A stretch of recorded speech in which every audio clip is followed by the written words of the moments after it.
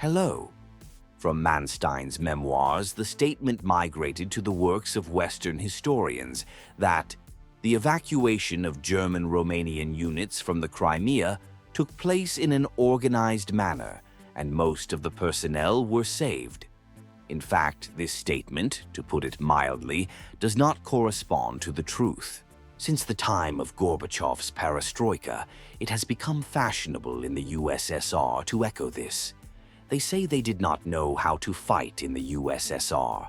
They say that only the German troops were pressed by numerical superiority, and the frost with off-road prevented them from conquering the USSR. It was sarcasm, and here's how it all happened in reality. German historians do not like to recall this operation, and with good reason. At the end of November 1943, the offensive of Soviet troops in the south of the Ukrainian SSR isolated the Crimean Peninsula. The 17th Army from Army Group A of Field Marshal Kleist was blocked in Crimea. Before that, the chief of the German General Staff, at that time, Kurt Zeitzler, twice reported to the Führer about the riskiness of the situation. He advised the withdrawal of all troops from Crimea in order to unite with other parts of Army Group A.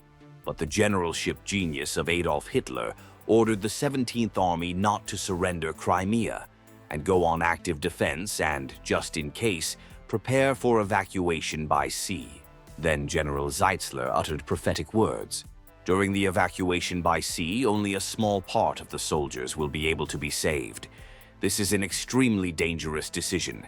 It will turn into a disaster. For this, he lost his post in the General Staff.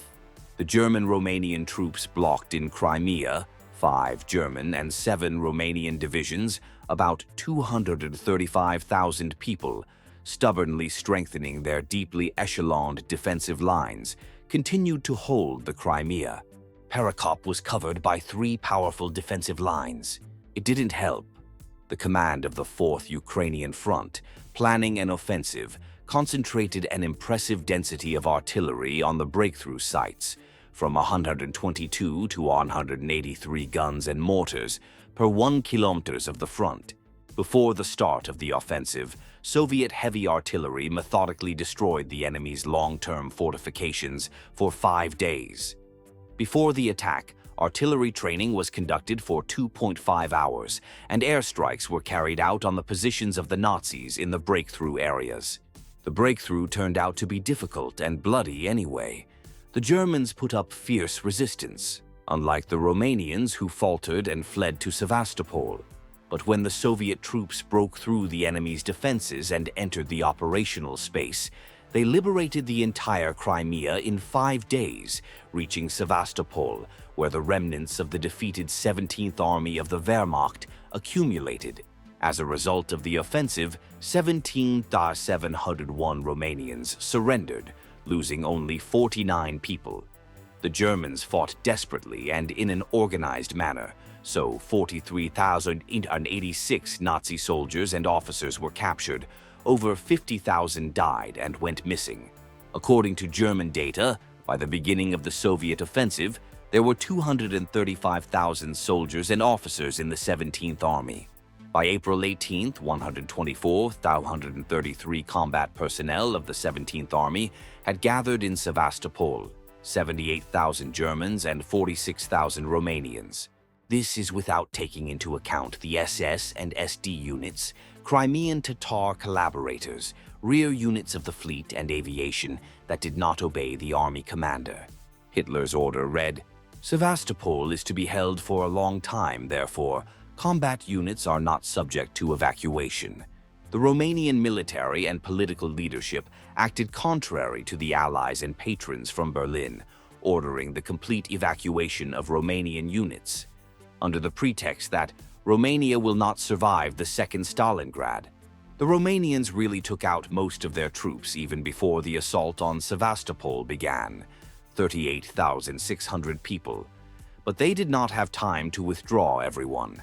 5,100 Romanians surrendered to the Soviet troops during the storming of the city. On April 27th, the commander of the 17th Army, he is also the commander of the Wehrmacht troops in the Crimea and the Caucasus, Colonel General Erwin Jennecke sent a telegram to the headquarters. The army already has such insignificant forces that it will soon be forced to occupy a narrower strip of defense on the Inkerman Valley Line View DJ, the southern shore of the northern bay. It is impossible to hold this front for a long time, since all airfields and berths will be under enemy fire. It is necessary to evacuate the personnel. His request for evacuation was rejected by the Führer, and when General Jennecke began the evacuation without permission, he was removed from office and sent to the command reserve. And from there he resigned and was court DJ marshaled, which ultimately did not take place. Nevertheless, over 20,000 people managed to evacuate without permission. 9,000 of them were Romanians, the rest were Germans, mostly wounded. The assault on Sevastopol lasted 4 days. The enemy was driven out of the city, and the remnants of the German units found themselves in a compressed state and completely surrounded at Cape Chersonesos. No one, not even German historians, can say exactly how many soldiers and officers of the Wehrmacht have accumulated in this mass. An approximate figure of 60,000 people is called, hence the name Operation 60,000. The naval commander of the Crimea, Rear Admiral Schultz, who proposed to begin the evacuation, received a recommendation from the command. It is necessary to calmly assess the situation. The southern part of the fortress is capable of continuing the defense. General Tolbukin, given the powerful German defensive line at Cape Chersonesos, did not undertake frontal attacks, but entrusted the destruction of the German group to aviation, fleet, and artillery. The art and air strikes on the Cape did not stop for a minute. Lighting aerial bombs were used at night.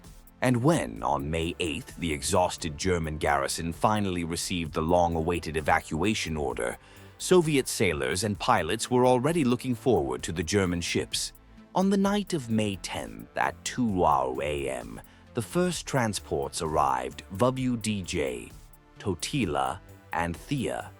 They stopped 2 miles north of the Cape, where they came under heavy artillery fire and Soviet air raids. Due to the shelling, the steamers could not get closer to the shore, which greatly slowed down the loading. It was conducted until Daru 7:30 with the help of boats and dinghies. Thea took on board from 4,800 to 5,000 people, Totila, VDJ, about 4,000. The Totila was also damaged during the raid by 3 bombs, caught fire and sank at about 08 hours. The Thea, which was heading southwest, also sank after being hit by bombs and torpedoes from a torpedo bomber, 23 miles southwest of Chersonesos. The minesweepers were able to rescue and deliver about 400 people to Constanta. Most of the evacuated soldiers, approximately 8,000, drowned. In the next 2 days, the same fate befell the steamships Romania, Helga, Danubius, and Geiserik. It is still unknown exactly how many German soldiers and officers died on them. Small escort vessels managed to save no more than 1/10 of them. It was not an evacuation but a beating, like in a shooting gallery. Only one large tanker ship, the Frederick Firuz, survived. He was torpedoed by the Soviet submarine L-4, but he was able to return to Constanta in tow of the guard ships. But he did not take the German infantrymen from Chersonesos on board. In total, 43 German ships and boats were shot down and sunk in attempts to evacuate these days.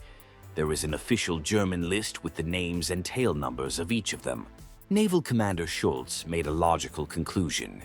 In the current situation, loading onto ships is impossible. I ask you to return all convoys heading to Sevastopol and carry out rescue operations at sea. 6,000 Ds.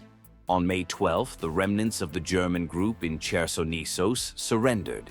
361 German soldiers and officers were captured.